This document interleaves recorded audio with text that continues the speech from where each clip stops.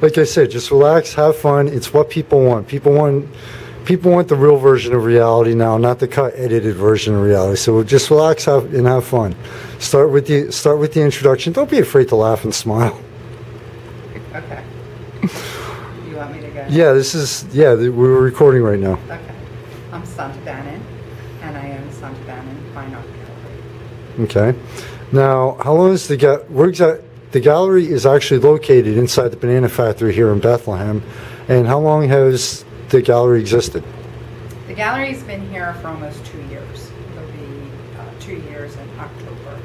We moved from upstairs. We were a smaller gallery, and January of last year, I think, we moved downstairs. So last year or the year before.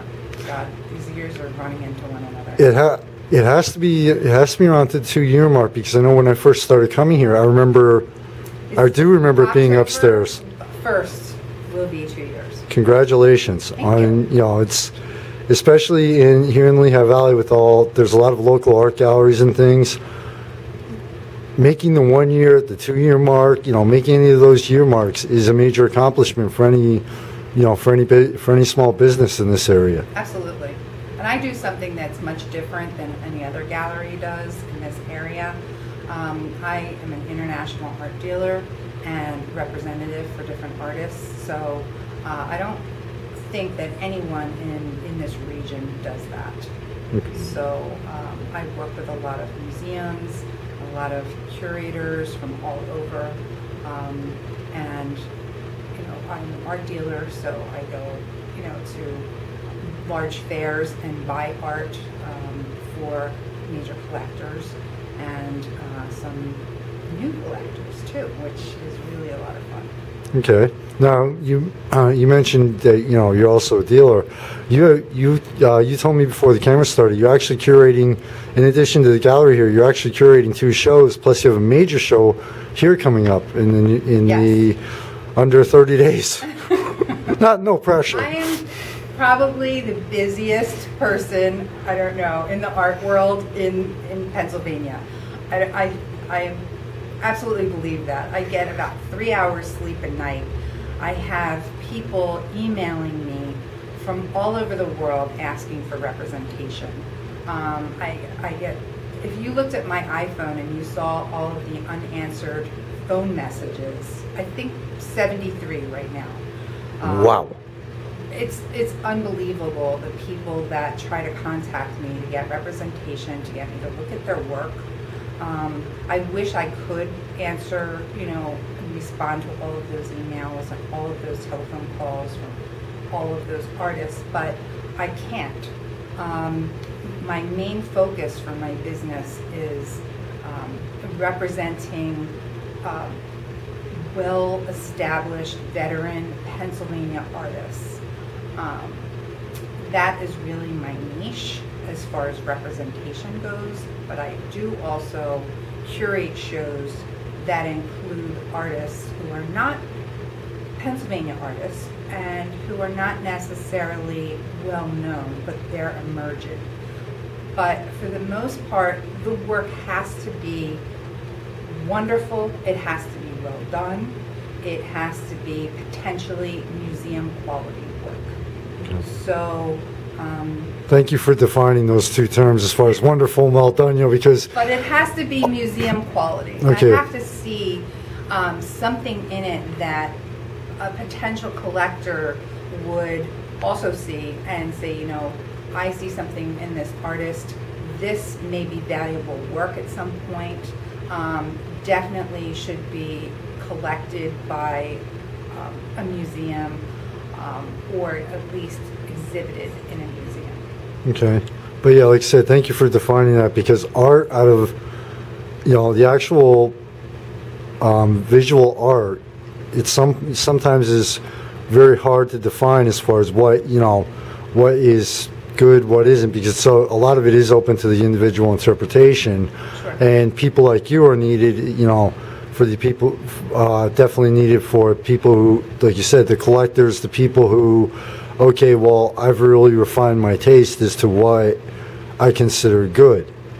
So, That's definitely, thank you for defining that, defining that term.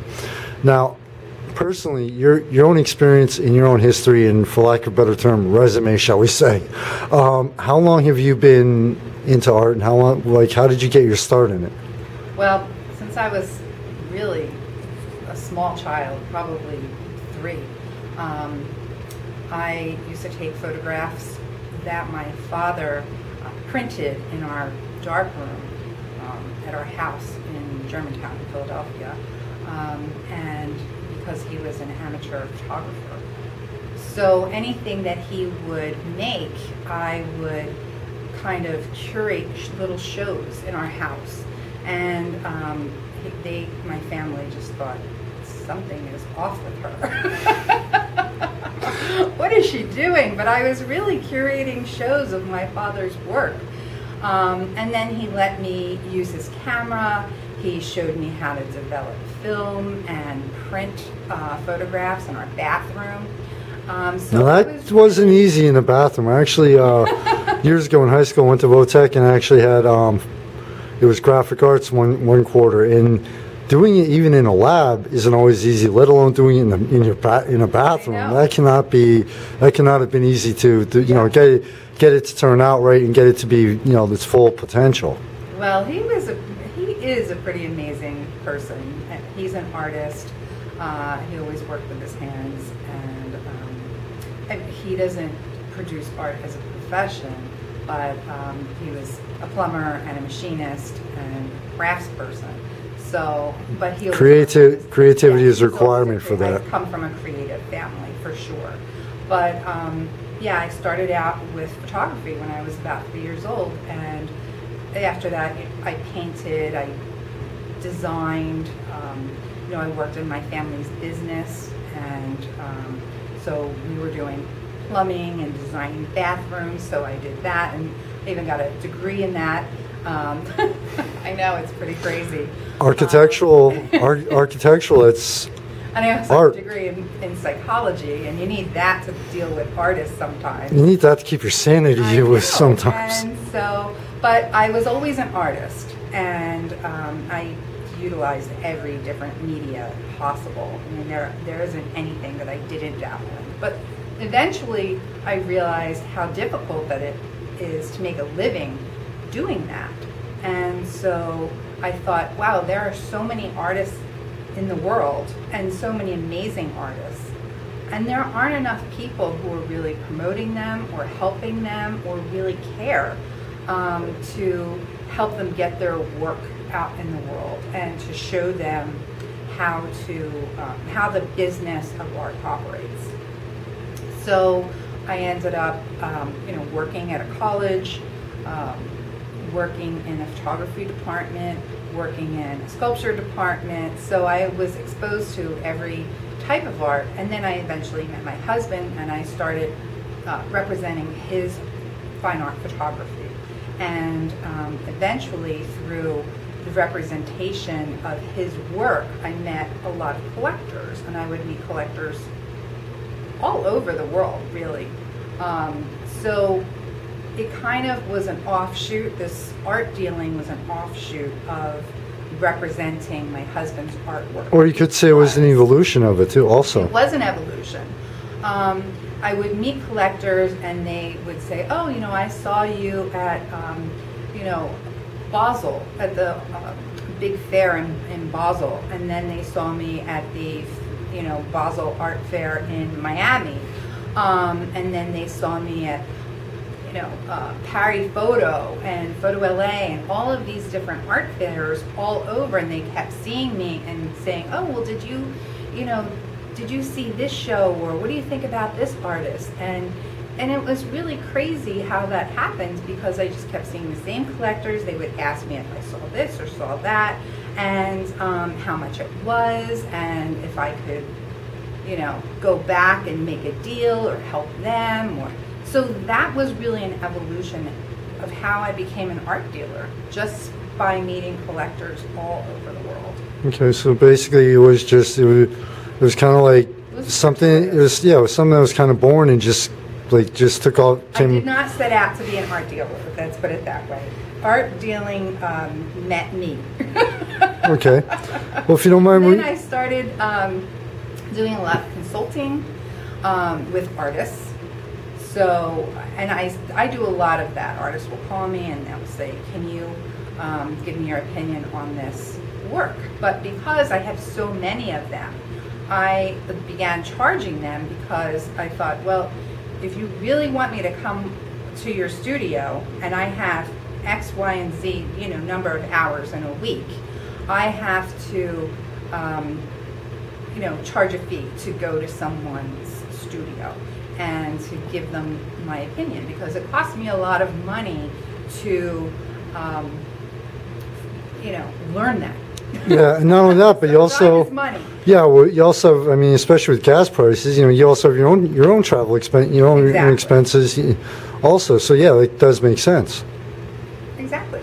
So I do a lot of consulting with artists. I do a lot of consulting with other businesses, other galleries, and also obviously collectors. But now I'm trying to focus on new collectors, because I really think that it's important for young people to realize the importance of collecting. And I started a campaign, an advertising campaign called Get Art, and that's really a double entendre, because I think that people don't come into galleries necessarily because they're intimidated sometimes, and they just don't understand. They don't get art. So, and that's the reason they don't buy it. They don't get it. So that's the double entendre. They don't get it and they don't get it. So I want new collectors, younger collectors, to understand art and to collect it, to buy it. Okay. And to support the arts.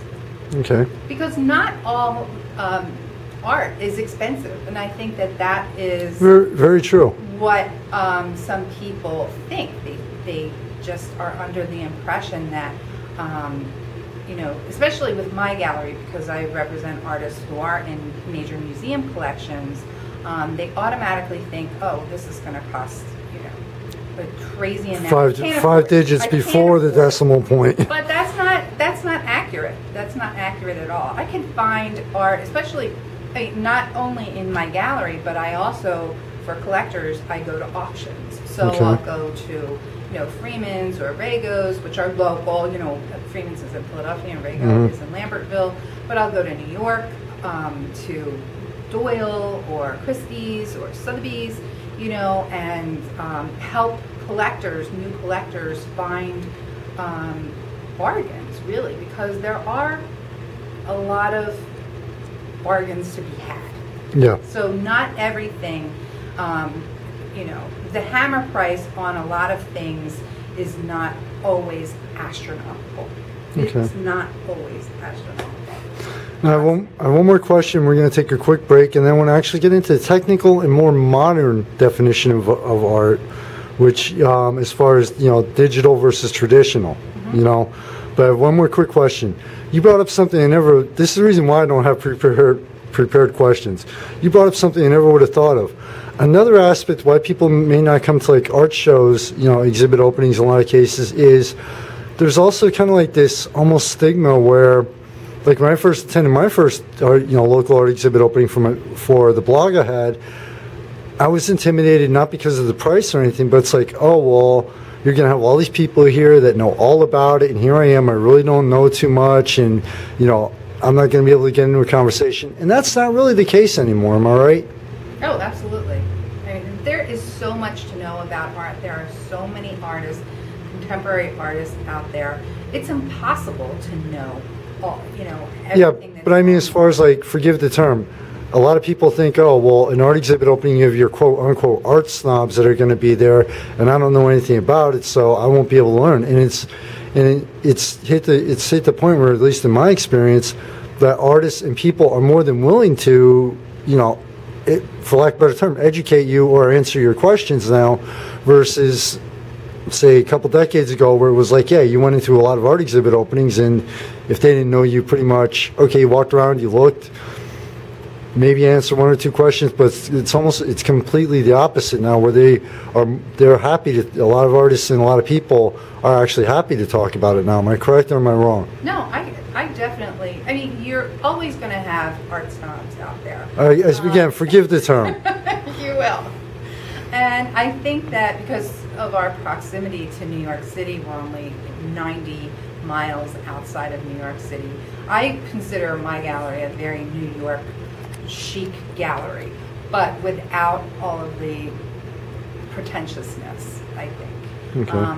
Not that all, you know, there are a lot of galleries in New York City that are unpretentious, but, you know, I don't think that everyone wants to drive to New York and pay New York prices for art, because I can get virtually anything that any gallerist in New York can get, and I can sell it at a, you know, a significant discount because I don't have New York overhead. Including So New York cost of living and New York parking fees. Right. So sometimes it's a double-edged sword having a gallery in Pennsylvania, because a lot of times people come here from New York and buy art from me and say, oh, you know, I know that I can get the same thing that I can get in New York City, but at a much discounted price. Mm-hmm. But then, which is great, but sometimes in Pennsylvania, collectors here say, oh, well, I want to go to New York because I want to tell people I got this piece in New York. So you see the look. You see the look on my face. It's like, okay. I know. I have people that I go into homes all the time and look at collections, and I ask, you know, where did you acquire this? And they say, oh, I got that in New York. Well, okay. So you just paid. You just paid a lot more for. Same thing for you. Yeah, you just paid a lot. You just paid a lot more for the same piece. So. Exactly. Good morning. But we're going to take a quick break. You know, I want to get into more technical aspects. I do this with everybody, whether it's musicians, artists, as far as, okay, you know, the traditional versus the modern digital, especially in art where a lot of people, I used to be, years ago, I was teaching myself 3D graphics design and, you know, graphic art on the computer. And there's always the debate of, okay, well, doing it on the computer isn't true art versus, you know, taking it, you know, and, okay, well, doing it, photoshopping something isn't the same as, you know, doing it. And but for the younger generations, you mentioned about how you started. Yes, there was film before digital for the younger generations. So, gonna take a quick break, and then after that, basically, I always end it with advice to other artists. You know, what your advice to other artists would be. Sound good?